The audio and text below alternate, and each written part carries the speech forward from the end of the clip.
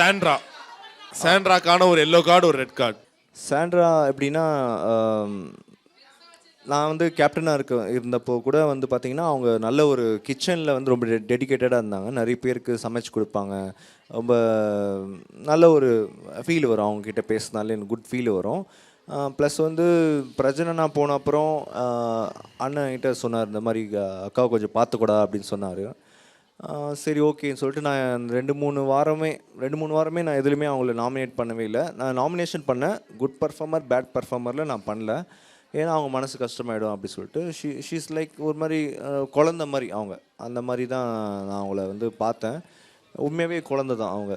So சிலது வந்து maybe அவங்க கேம் பிளே அந்த மாதிரி சில விஷயங்கள் பண்ணியிருக்கலாம்.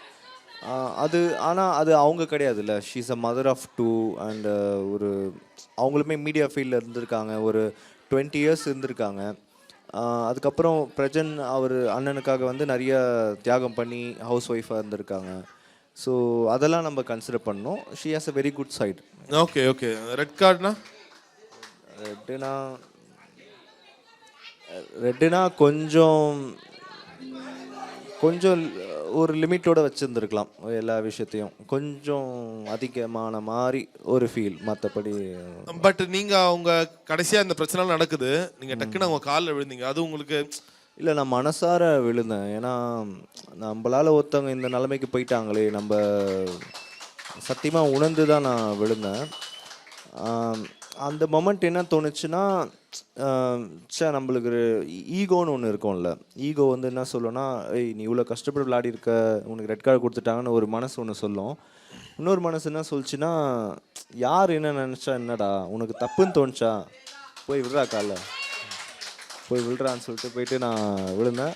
எனக்கு அது என்னோடய மன நிம்மதிக்காக நான் விழுந்தேன்.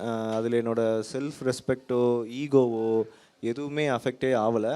உண்மையாகவே மன நிம்மதியோடு நான் அந்த வீட்டை விட்டு கிளம்புனேன். அட்லீஸ்ட் வந்து நம்ம ஏதோ ஒரு பிராயஷ்டம், கடவுள் இது நம்மளை வந்து ஒரு நல்ல ஒரு வழிக்கு கொண்டு போவார், அந்த மாதிரி பாசிட்டிவாக நினச்சி தான் நான் வந்து மனசார அவங்ககிட்ட நான் மன்னிப்பு கேட்டேன். Okay okay okay rice, that's really sweet.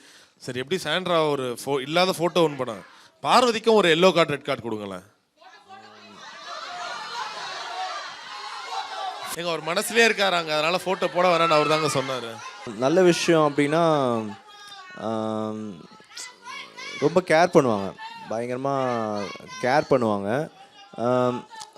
நடிக்க தெரியாது, இது இப்படி தாண்டா நான் அப்படின்வாங்க.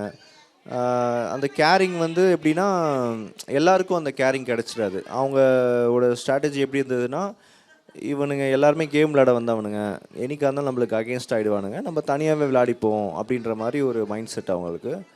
எனக்கு எப்படின்னா, ஒரு இருக்கிற உறவுகளில் வச்சுக்கிட்டு நம்ம டேலண்ட்டை கொஞ்சம் வெளிப்படுத்துகிற மாதிரி எந்த உறவுகள் இருக்குமோ அந்த உறவுகள் கூட சேர்ந்து நான் அப்படி கேம் விளையாடிட்டு இருந்தேன். அவங்கக்கிட்ட ஒரு ஆள் மேட்ரு இல்லை, பண்ணுற வேலை தான் மேட்ருன்றது நான் அவங்கள பார்த்து கண்டு நல்ல ஒரு லெசன் அது. அவங்க ஓகே ஓகே ஓகே. நல்ல ஒரு இன்ஸ்பைரிங்கான ஒரு ஆள்.